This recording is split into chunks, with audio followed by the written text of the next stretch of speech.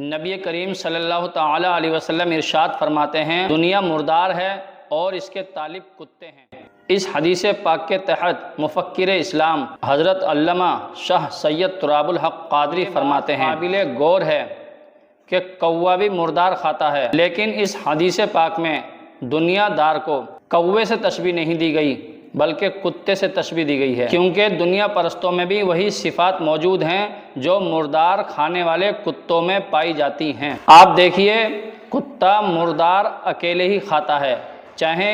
جانور کتنا ہی بڑا کیوں نہ ہو۔ اگر اس کے پاس کوئی دوسرا کتا اس کی برادری کا آ جائے، یعنی کتا آ جائے، تو وہ بھونکنا شروع کر دیتا ہے، گرانا شروع کر دیتا ہے اور اس مردار کو اکیلا ہی کھاتا ہے۔ یہی حال دنیا دار کا ہے، وہ چاہتا ہے اس کی دنیا میں کوئی دوسرا شریک نہ ہو جائے، کوئی دوسرا حصے دار نہ بن جائے، جبکہ کوا مردار دیکھ کر کائیں کائیں کر کے اپنی پوری برادری کو جمع کر لیتا ہے۔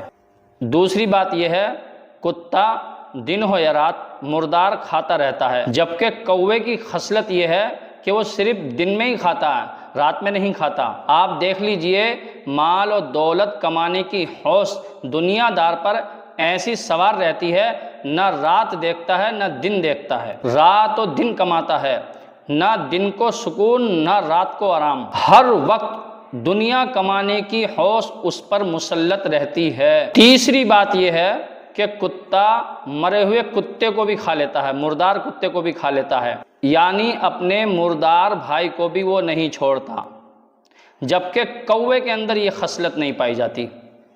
اگر ایک کوے کو کوئی مار دے تو دوسرا کوا اگر اس کو دیکھ لے، کائیں کائیں کر کے پوری برادری کو، پورے خاندان کو جمع کر لیتا ہے، اور اتنا جمع کرتا ہے، اتنی حد تک شور شرابہ کرتا ہے کہ اس مارنے والے سے وہ بدلہ لینا چاہتا ہے۔ اب آپ دنیا دار کو دیکھ لیں، وہ اپنے بھائی سے حسد کرتا ہے، کینہ رکھتا ہے، بغض رکھتا ہے، وہ نہیں چاہتا اس کا بھائی اس کی دنیا میں شریک ہو جائے۔ دنیا دار